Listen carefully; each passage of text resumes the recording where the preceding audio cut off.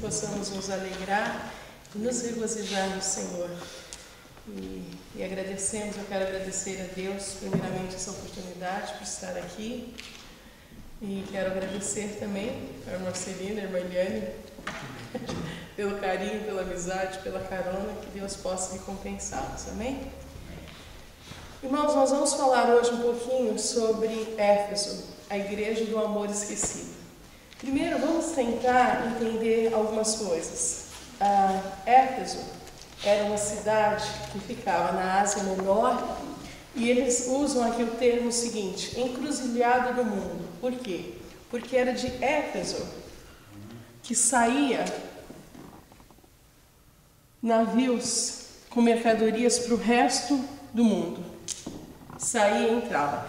Então, Éfeso era uma cidade, era uma metrópole avançada para aquela época, culturalmente, financeiramente.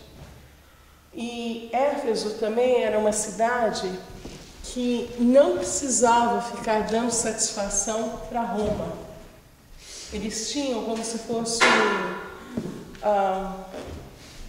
uma carta, tá? Estou colocando aqui com as minhas palavras. Eles tinham uma certa autonomia em relação a Roma. Por quê? Naquela época, Roma, ou seja, Itália, os italianos, é que tinham o poder econômico do mundo. Por exemplo, como se fosse hoje, nos dias atuais, a maior economia do mundo, os Estados Unidos, em relação ao resto do mundo. Hoje, embora a economia aqui nos Estados Unidos seja um pouquinho complicada, mas ainda é o país que mais se desenvolve. Na época era a Itália e principalmente Roma, que é a capital da Itália. Então Éfeso tinha um bom relacionamento e tinha uma certa liberdade em relação a Roma, não tinha que ficar dando satisfação para Roma. Em Éfeso também, eles era o centro, embora tinha o lado bom, que é o econômico, que era o cultural, tinha o lado ruim, que era o centro do paganismo. Tinha um templo lá dedicado a uma deusa chamada Diana. E esse templo era tão grande que era o equivalente a 2 campos de futebol. Tá? E nesse templo eles faziam coisas absurdas, tá? Então tinha orgias, tinha paganismo, tinha uma série de coisas. E nós vamos falar da igreja que se encontra aqui. Como começou e como estava agora. Amém? Os irmãos estão conseguindo entender? Então nós estamos falando de uma igreja que estava num ponto estratégico. Isso é importante a gente entender. Ok? Então vamos lá. Primeira coisa, nós precisamos entender... então nós vamos falar de Éfeso, a igreja do amor esquecido. O que é amor? Então, como os irmãos sabem, eu sempre meu dicionário aqui do Brasil. Porque é importante a gente aprender a palavra de Deus, mas saber realmente o significado das coisas. Porque nós só aprendemos alguma coisa quando a gente entende aquilo. Nós não somos papagaios para ouvir as coisas e ficar repetindo sem saber o verdadeiro significado. A palavra de Deus tem que entrar primeiro na nossa mente. Por quê? Porque Deus pede que nós façamos um culto o quê? Emocional ou racional?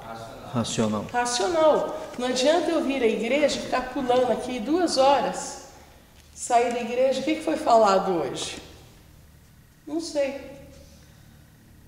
Eu preciso primeiro aprender, reter, entender aquilo que está sendo pregado, e aí o Espírito Santo vem e começa a transformar, trabalhar na minha vida. Os irmãos estão entendendo? Então, às vezes, é preferível, é lógico que nós somos pentecostais e sentir a presença de Deus é maravilhoso, falar em línguas, nós somos edificados. Mas nós precisamos aprender a palavra de Deus para poder praticá-la e ser uma bênção na vida das outras pessoas também. Senão não tem muita lógica, não tem muito sentido. Então vamos lá. amor, eu coloquei aqui 2 significados. O primeiro, de acordo com a nossa lição, está aqui. Intenso afeto por outra pessoa.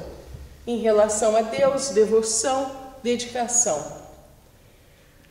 Olhando no dicionário aqui, amor é um sentimento que predispõe as pessoas a desejarem o bem de outras pessoas ou de alguma outra coisa. Interesse, gosto muito vivo manifestado por alguém. Então, irmãos, em outras palavras, amor é ação. Eu amo uma pessoa, eu vou dar um exemplo aqui. A irmã Eliane está procurando um trabalho e eu também estou. Vamos dar um exemplo aqui, não é o que está acontecendo, mas para os irmãos entenderem. E vamos supor que eu não consigo trabalho, mas em compensação ela conseguiu um trabalho excelente. Se eu realmente amo a irmã Eliane, eu vou ficar feliz por ela, mesmo que eu ainda não tenha o trabalho. Porque o amor me predispõe a desejar o bem. Então, quando eu amo alguém e essa pessoa está sendo bem-sucedida, eu estou feliz porque essa pessoa está sendo bem-sucedida. O amor também é interesse. Não é interesse no sentido ruim, ficar ligando para os irmãos para saber quanto ganha, fazer fofoca, falar mal um do outro, colocar a lenha na fogueira. Porque fulano, é verdade, mas você não sabe o que aconteceu comigo. Não, não é isso. O interesse é o seguinte, vamos voltar no mesmo exemplo. A irmã Eliane me pediu um trabalho. Olha, irmã Eliane, eu vou verificar para você, eu vou ligar para algumas pessoas, eu vou tentar arrumar trabalho para ela.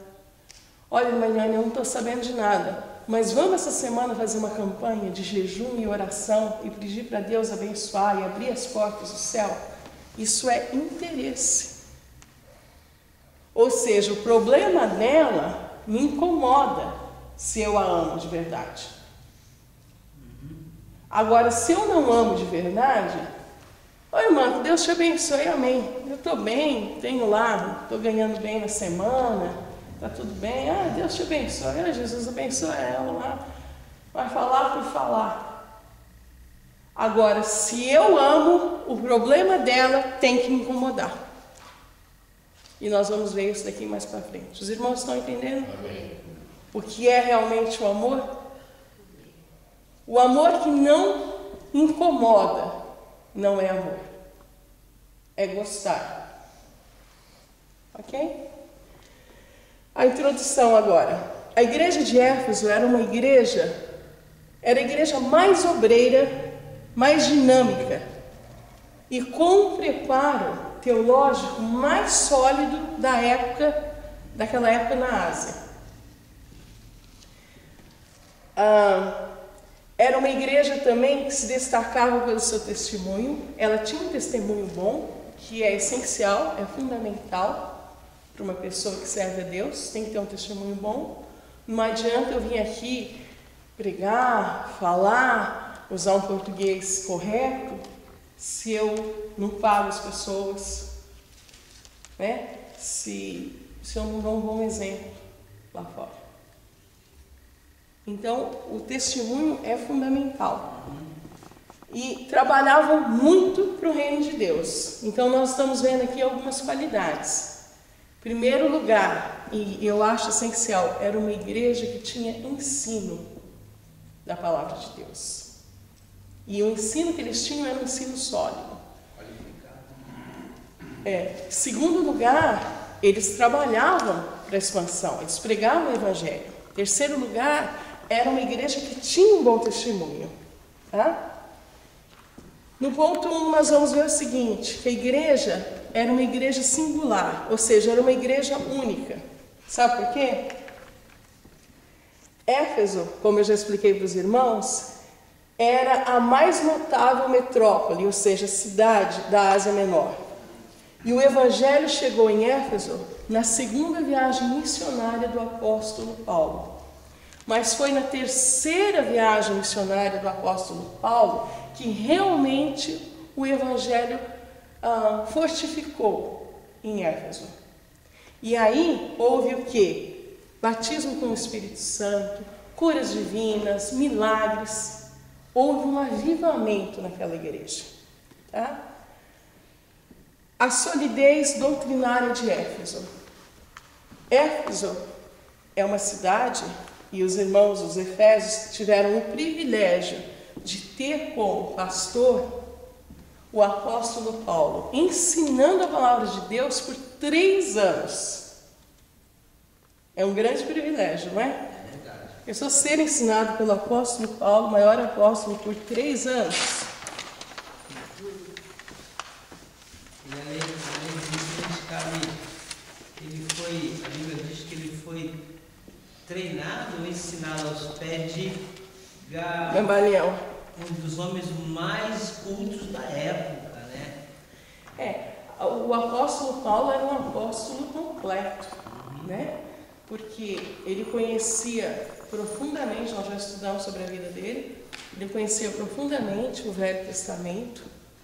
Ele foi criado aos pés de Gamaliel, que era um doutor da lei.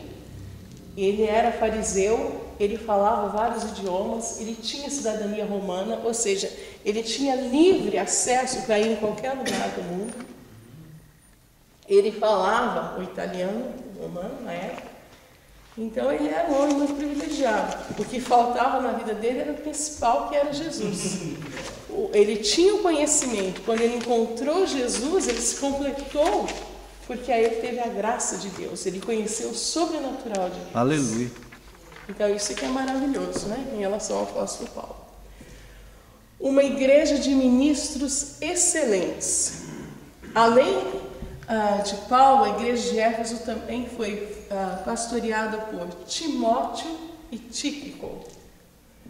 E de acordo com, tá? Isso não está falando na Bíblia, mas é de acordo com alguns estudiosos, também João, o apóstolo do amor, esteve lá pregando. Então era uma igreja que estava com uma doutrina muito sólida, eles tinham muito conhecimento da palavra de Deus. E isso é um privilégio sem tamanho. Os irmãos concordam comigo? Verdade, amém. Vamos lá. Vamos entender um pouquinho o que é 2 palavras no grego: ortodoxia e ortopraxia. Tá? Ortodoxia vem do grego de ortodoxos, que significa o quê? Vou colocar aqui com as minhas palavras. É a qualidade de declaração doutrinária, ou seja, é a doutrina encontrada no Novo e no Velho Testamento. Ou seja, é um conjunto de doutrinas, é um conjunto de regras que está vinda da Bíblia. Então isso é ortodoxia, conjunto de regras, ou seja, as doutrinas, as normas contidas na Bíblia, no Novo e no Velho Testamento. Agora, o que é ortopraxia?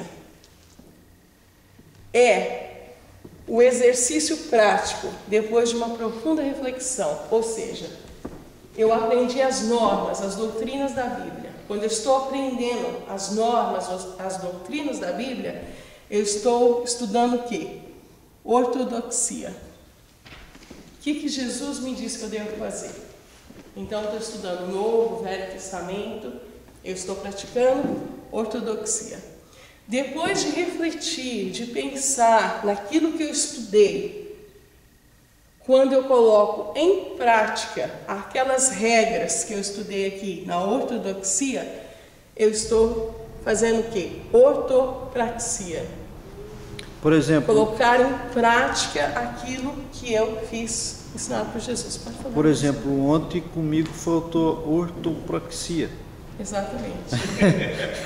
Exatamente. O indiano me deixou fora da ortopraxia. Por exemplo,